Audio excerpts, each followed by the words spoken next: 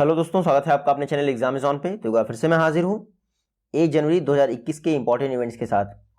देखिए 1 से लेके 17 जनवरी इसके बीच की ये हमारी वीडियोस पेंडिंग रह रही थी एग्जामिनेशन के कारण।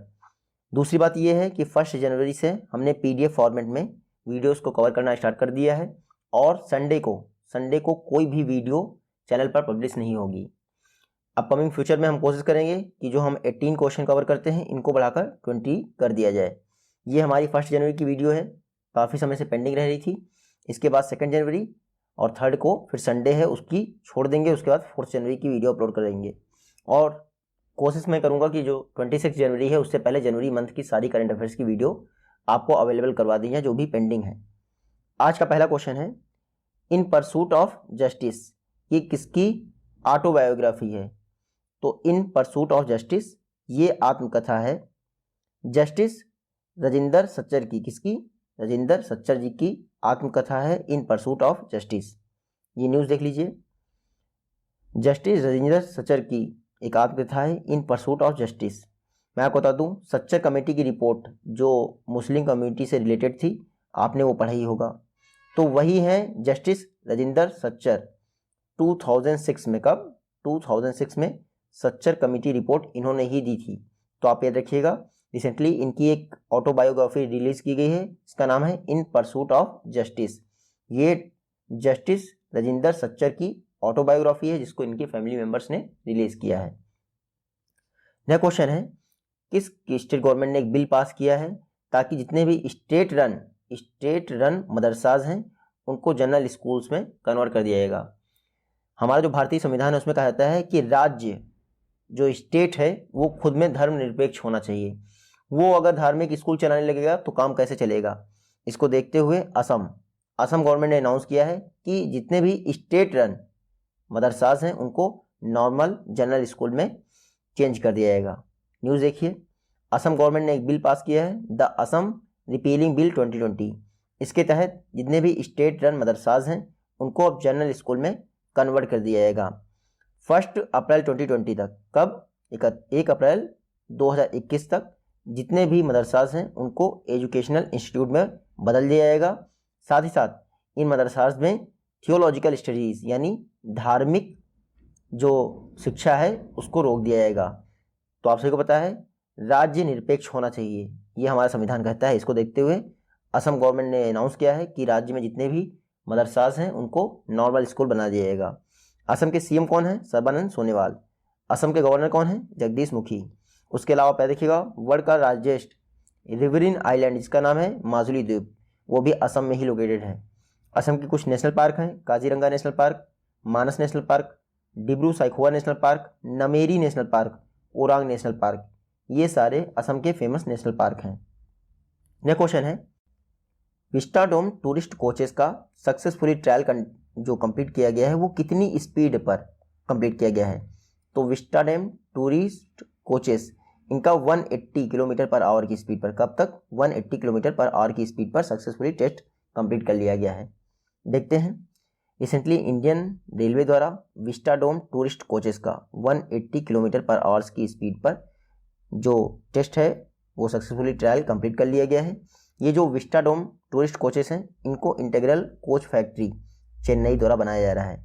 इंडिया में 3 कोच फैक्ट्री हैं, एक कपूरथला पंजाब में, दूसरी रायबरेली उत्तर प्रदेश में और तीसरी चेन्नई में। ये है विस्टाडोम कोचेस और ये है वो टूरिस्ट कोचेस जिनका सक्सेसफुली टेस्ट किया गया है 180 किलोमीटर पर आवर पे। इंडियन रेलवे की बात करें तो इंडिया की फर्स्ट ट्रेन 16 अप्रैल 1853 को रन की गई थी ठाणे से मुंबई के बीच में 34 किलोमीटर की डिस्टेंस के लिए। उसमें गवर्नर जनरल कौन थे? लॉर्ड डलहौजी। इंडिया के फर्स्ट रेल मिनिस्टर कौन थे? जॉन मैथाई। वर्तमान में इंडिया के रेल मिनिस्टर कौन है? Piyush Goyal.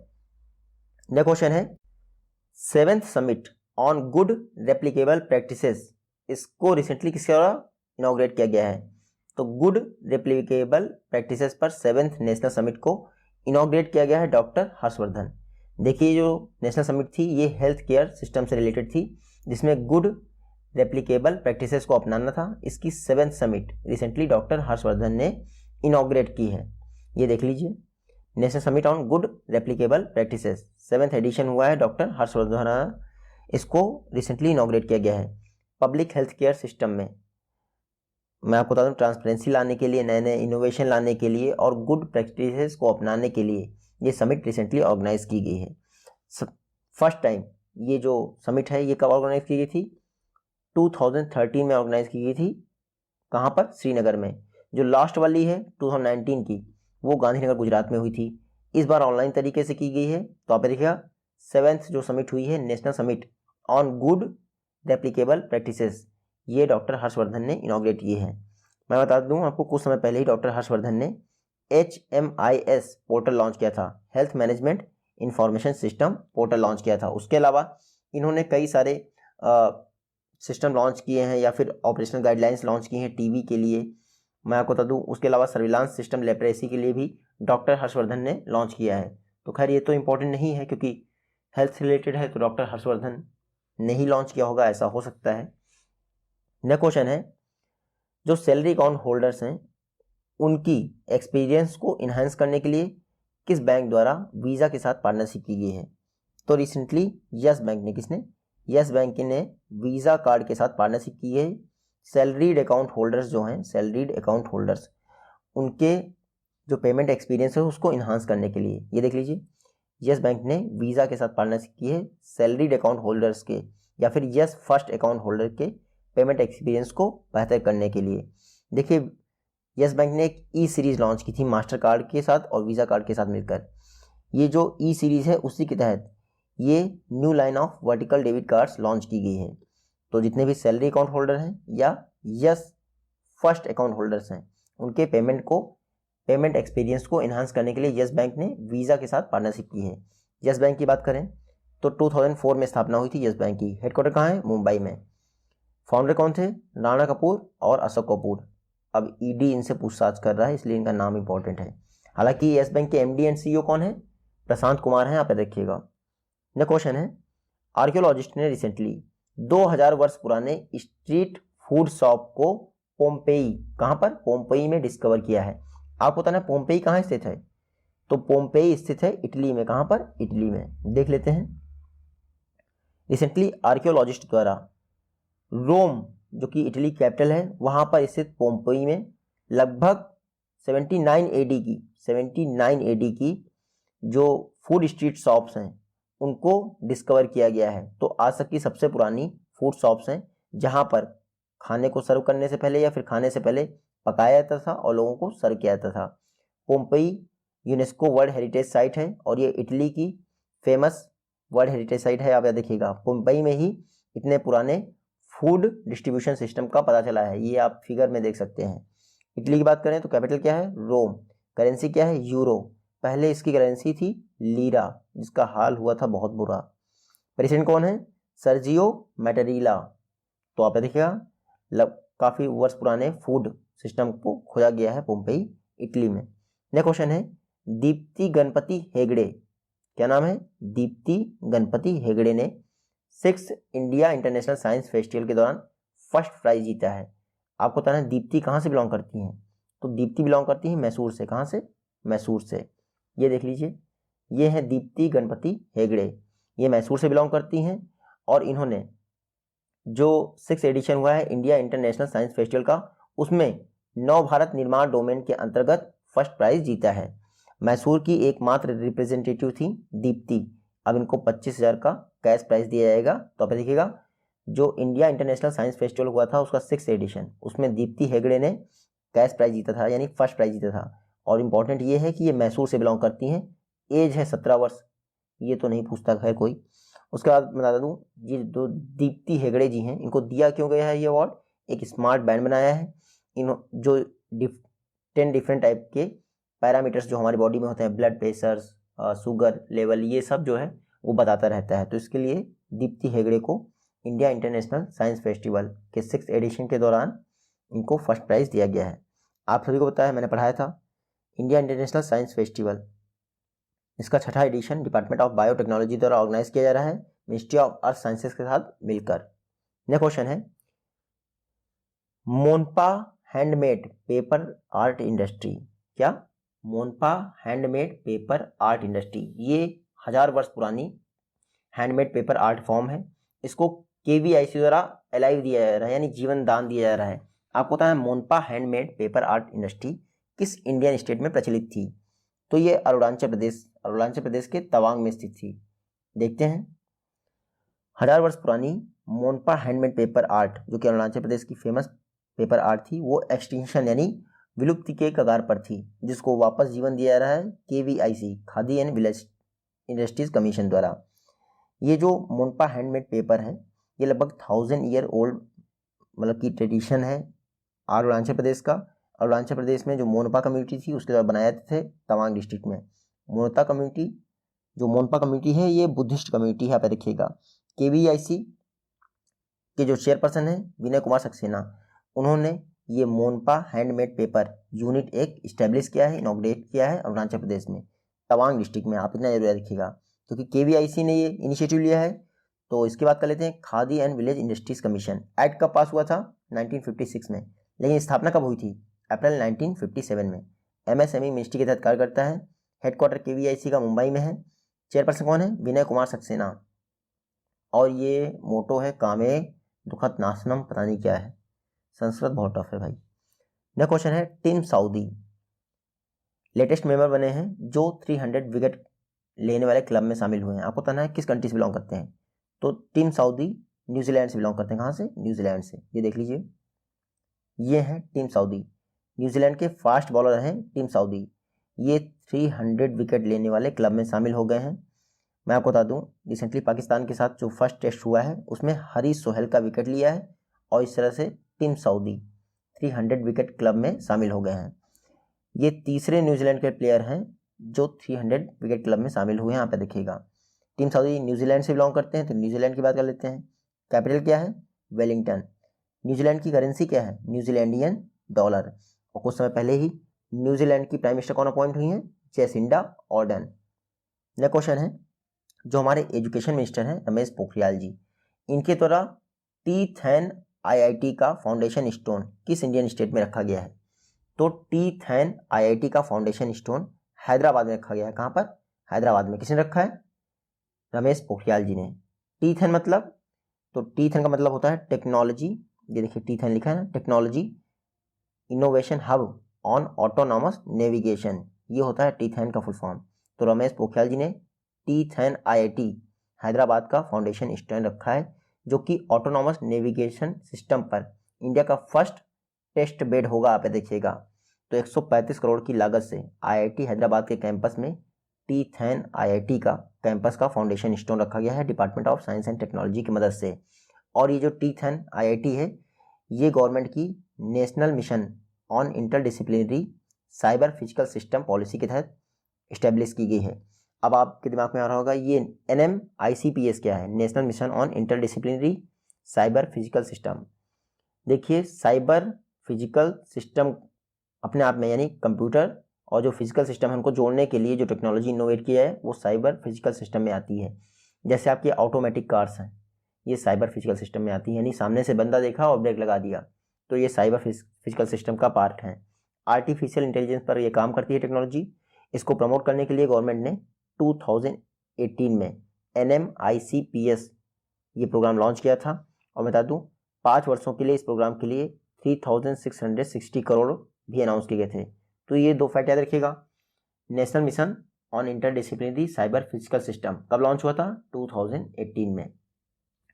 Department of science and technology के तहत ये रन किया जा रहा है। 5 वर्षों का प्रोग्राम है और बजट देख लीजिए 3660 करोड़। नेक्स्ट क्वेश्चन है, ये हैं फेमस पर्सनालिटीज़, रिसेंटली इनका निधन हो गया। पहले हैं बूटा सिंह, दूसरे हैं नरेंद्र कुमार। दोनों के विषय में जान लेते हैं। बूटा सिंह जाने माने इंडियन पॉलिटिशियंस है, ये हैं बूटा सिंह, रिसेंटली इनका निधन हो गया। इंडियन नेशनल कांग्रेस के सीनियर लीडर थे। मैं बता दूं जो national commission for schedule caste है उसमें 2007 से लेके 2010 तक उसके चेयरपर्सन रहे थे बूटा सिंह। इनका निधन हो गया, आप इतना जरूर याद रखिएगा। उसके अलावा कर्नल नरेंद्र कुमार, इनको बुल भी कहा जाता था, रिसेंटली इनका भी निधन हो गया। कुमाऊं रेजिमेंट से बिलोंग करते थे कर्नल नरेंद्र कुमार, इनका भी निधन हो गया, तो इनके विषय में आपको पता होना चाहिए। नेक्स्ट क्वेश्चन है, कैबिनेट ने रिसेंटली अनाउंस किया है कि वो multi modal logistic transport hub को डेवलप करेगा किस इंडियन स्टेट में? तो स्टेट में नहीं, सिटी में। Multi modal logistic transport hub, इसको नोएडा में डेवलप किया जाएगा। कहाँ पर? नोएडा में। कैबिनेट ने इसका अप्रूवल दे दिया है। कैबिनेट ने multi modal logistic and transport hub को अप्रूवल दे दिया है, जो कि उत्तर प्रदेश के नोएडा में बनाया जाएगा। तो multi modal logistic park, international multi modal logistic park, ये कहाँ बन रहा है? असम के गुवाहाटी में। Multi modal logistic and transport hub कहाँ बन रहा है? ग्रेटर नोएडा, यूपी में। इतना अंतर आप जरूर याद रखिएगा। Multi modal logistic hub project purpose क्या है? ये देखिए, जो गुड्स का ट्रांजिशन होता है उनकी स्टोरेज की बेहतरीन वर्ल्ड क्लास फैसिलिटी प्रोवाइड करेगा, नोएडा में होगा। आप यह देखिएगा। और क्यों नोएडा में बनाया जा रहा है? क्योंकि डेडिकेटेड फ्रेट कॉरिडोर वहीं पास में ही है, तो उसके लिए ये स्टोरेज फैसिलिटी प्रोवाइड करेगा। Multi modal logistic and transport hub UP के नोएडा में बनाया जाएगा। कैबिनेट ने इसका अप्रूवल दे दिया है। यूपी की बात करें तो कैपिटल क्या है? लखनऊ। सीएम कौन है? योगी आदित्यनाथ। गवर्नर कौन है? आनंदीबेन पटेल। और इम्पॉर्टेंट ये है कि इंडिया की first female chief minister Sucheta Kripalani, वो यूपी में बनी थी। इंडिया की first female governor Sarojini Naidu, वो भी यूपी में ही बनी थी। यूपी की कैपिटल लखनऊ है, जो कि गोमती नदी के किनारे है। और दुधवा नेशनल पार्क यूपी का एकमात्र नेशनल पार्क है। नेक्स्ट क्वेश्चन है, रिवर क्रूज, जिसका नाम था ब्रह्मपुत्र मुकुता। एग्जाम में आपसे सिर्फ मुकुता देंगे, पूछेंगे रिवर क्रूज मुकुता रिसेंटली किस इंडियन स्टेट में इनॉग्रेट किया गया है? तो मुकुता को असम में इनॉग्रेट किया गया है। कहाँ पर? असम में। पढ़ लेते हैं। रिसेंटली असम के जो सीएम हैं सर्बानंद सोनोवाल, उन्होंने मुकुता क्रूज को इनॉग्रेट कर दिया। ये आप देख पा रहे हैं, लाइट चमक रही, ये है ब्रह्मपुत्र मुकुता क्रूज। डिब्रूगढ़ असम में इनॉग्रेट किया गया है। किसने इनॉग्रेट किया है? सर्बानंद सोनोवाल। देखिए, असम में टूरिज्म को प्रमोट करेगा, खास करके रिवर टूरिज्म को।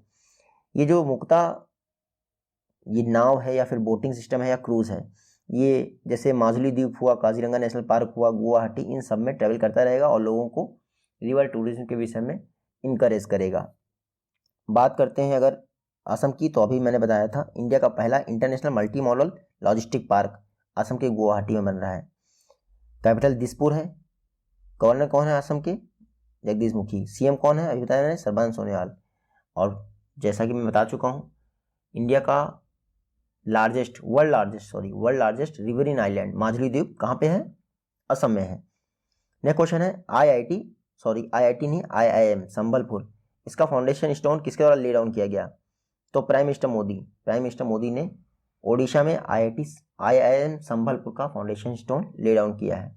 पीएम मोदी ने ओडिशा में आईआईएम संबलपुर, इसका फाउंडेशन स्टोन ले डाउन किया है।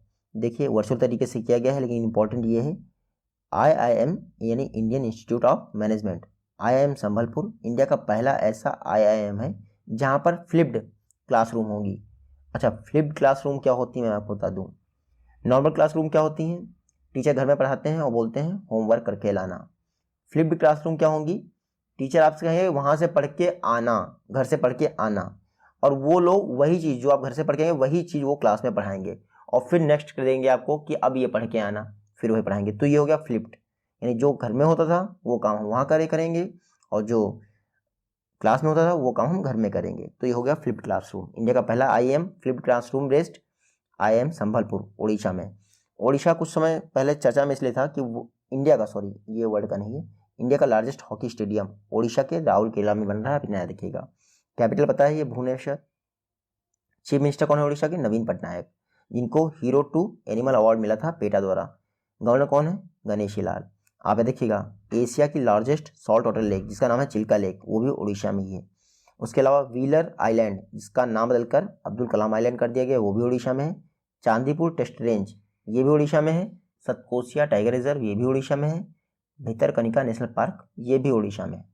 नेक्स्ट क्वेश्चन है, रिसेंटली गेमिंग मास्टर टूर्नामेंट को लॉन्च करने के लिए मीडिया टेक के साथ किसने पार्टनरशिप की है? तो रिसेंटली जियो ने, किसने? जियो ने मीडिया टेक के साथ पार्टनरशिप की है गेमिंग मास्टर टूर्नामेंट को लॉन्च करने के लिए। ये देख लीजिए, गेमिंग मास्टर टूर्नामेंट, इसको अनाउंस किया गया है जियो एंड मीडिया टेक द्वारा। टोटल 12.5 लाख का प्राइज दिया जाएगा, जो भी जीतेगा, मतलब कि जितने लोग जीतेंगे उनको मिला के 12.5 लाख का प्राइज दिया जाएगा। लेकिन जो टॉप होगा, फर्स्ट आएगा ग्रैंड फिनाले में, उसको 3 लाख का प्राइज दिया जाएगा। तो ये गेमिंग मास्टर एक तरह का ई स्पोर्ट टूर्नामेंट है जिसको जियो एंड मीडिया टेक द्वारा लॉन्च किया जाएगा। आप देखिएगा, जियो की बात करें तो बहुत चर्चा में है। 2007 में जियो की स्थापना की गई थी, तब कोई नहीं जानता था, हालांकि 2015 के बाद सब जान गए इसको। चेयरपर्सन कौन है? मुकेश अंबानी इसके चेयरपर्सन है। जियो के मैनेजिंग डायरेक्टर कौन है? संदीप दास। नेक्स्ट क्वेश्चन है, इंडिया की फर्स्ट प्राइवेट कंपनी कौन बन गई है जिसको इंडियन रेलवे द्वारा रेगुलर सप्लायर का स्टेटस मिल गया है? तो इंडिया की फर्स्ट प्राइवेट कंपनी बन गई है JSPL, Jindal steel. Jindal steel India की फर्स्ट प्राइवेट कंपनी बन गई है जिसको इंडियन रेलवे द्वारा रेगुलर सप्लायर घोषित किया गया है। पर्पस क्या है देख लेते हैं। जिंदल स्टील यानी जिसको आप Jindal steel and power limited के नाम से जानते हैं, JSPL, वो इंडिया की फर्स्ट प्राइवेट कंपनी बन गई है जिसको इंडियन रेलवे द्वारा रेगुलर सप्लाई स्टेटस प्रदान किया गया है। इसमें क्या होगा, जो रेल जाती हैं यानी पटरियां जिनको आप कहते हैं, अब Jindal steel and powers limited Indian railway को अपनी पटरियां सप्लाई कर पाएगा। इसका मतलब ये है कि इंडियन रेलवे की जो क्वालिटी रिक्वायरमेंट है उसके हिसाब से Jindal steel and power limited capable है, मतलब कि उसकी कैपेसिटी अच्छी है, वो क्वालिटी रिक्वायरमेंट्स को पूरा कर पाएगा। तो Jindal steel and powers limited India की फर्स्ट प्राइवेट कंपनी बन गई है जो रेगुलर सप्लायर स्टेटस अचीव करने में सक्सेस रहा है। Jindal steel and powers limited की बात करें तो हेडक्वार्टर यानी मैन्युफैक्चरिंग यूनिट है हिसार में। चेयरपर्सन कौन है? नवीन जिंदल। नेक्स्ट क्वेश्चन है, योगान 33 जो कि एक रिमोट सेंसिंग सैटेलाइट है, किसके द्वारा लॉन्च किया गया है? तो योगान 33 को लॉन्च किया गया है चाइना द्वारा। किसके द्वारा? चीन द्वारा। ये देख लीजिए, चीन ने रिसेंटली एक रिमोट सेंसिंग सैटेलाइट लॉन्च किया है जिसका नाम है योगान 33। इसको लॉन्ग मार्च 4C रॉकेट से लॉन्च किया गया है। एग्जाम में 4C तक पूछते हैं, यहाँ पे देखिएगा। तो लॉन्ग मार्च 4C रॉकेट से लॉन्च किया गया है योगान 33 को, आपको इतना याद रखना है। मैं बता दूं, ये लॉन्ग मार्च जो रॉकेट है उसका 357वां मिशन है, 357वां मिशन है, आपको पता होना चाहिए। चाइना इसलिए चर्चा में है इस समय क्योंकि US के बाद ये सेकेंड कंट्री हो गई है जिसने सक्सेसफुली झंडारोहण किया है लूनर सरफेस पर, चंद्रमा की सतह पर। चाइना की कैपिटल आपको पता है बीजिंग, करेंसी क्या है? रेनमिनबी। चाइना के प्रेसिडेंट कौन है? Xi Jinping. ये चाइनीज कम्युनिस्ट पार्टी के अध्यक्ष भी हैं। नेक्स्ट क्वेश्चन है, मयिलादुथुरई। क्या? मयिलादुथुरई ये किस इंडियन स्टेट का 38वां डिस्ट्रिक्ट बना है? तो मयिलादुथुरई तमिलनाडु का, कहाँ का? तमिलनाडु का 38वां डिस्ट्रिक्ट बना है। जान लेते हैं इसके विषय में। तमिलनाडु के जो CM हैं CK पलनीस्वामी, इनके द्वारा मयिलादुथुरई को तमिलनाडु का 38वां डिस्ट्रिक्ट घोषित किया गया है। इसको नागपत्तिनम डिस्ट्रिक्ट से निकाला गया है। इस समय तमिलनाडु जो है कई सारे डिस्ट्रिक्ट बना रहा है, डेवलपमेंट पर्पस के लिए ऐसा किया जा रहा है। अब मयिलादुथुरई यह 38वां डिस्ट्रिक्ट बन गया है तमिलनाडु का, आप इतना याद देखिएगा। तमिलनाडु क्यों चर्चा में है? देखिए, इनलैंड फिशरीज के प्रोडक्शन में तमिलनाडु ने टॉप किया है। नॉर्मल फिशरीज के प्रोडक्शन में कौन टॉप करता है? आंध्र प्रदेश। और इनलैंड फिशरीज के प्रोडक्शन में किसने टॉप किया है? तमिलनाडु में। वहीं RBI द्वारा रिलीज की गई रिपोर्ट के अनुसार मार्केट बारोइंग में भी तमिलनाडु ने टॉप किया है, तो तमिलनाडु टॉप पर है। तमिलनाडु के CM कौन है? के पलनीस्वामी। गवर्नर कौन है? बनवारी लाल पुरोहित। उसके अलावा Anamalai tiger reserve, Sathyamangalam wildlife sanctuary और इंडिया की first neutrino observatory Theni district में बन रही तमिलनाडु की। तो ये सारे फैक्ट इंपॉर्टेंट हैं, तमिलनाडु से रिलेटेड हैं। ये आज की वीडियो से क्वेश्चन है। आई होप कि आप इन दोनों का जवाब दे पाएंगे। जल्दी ही मिलते हैं आपसे नेक्स्ट वीडियो में, तब तक के लिए take care, good bye and Jai Hind.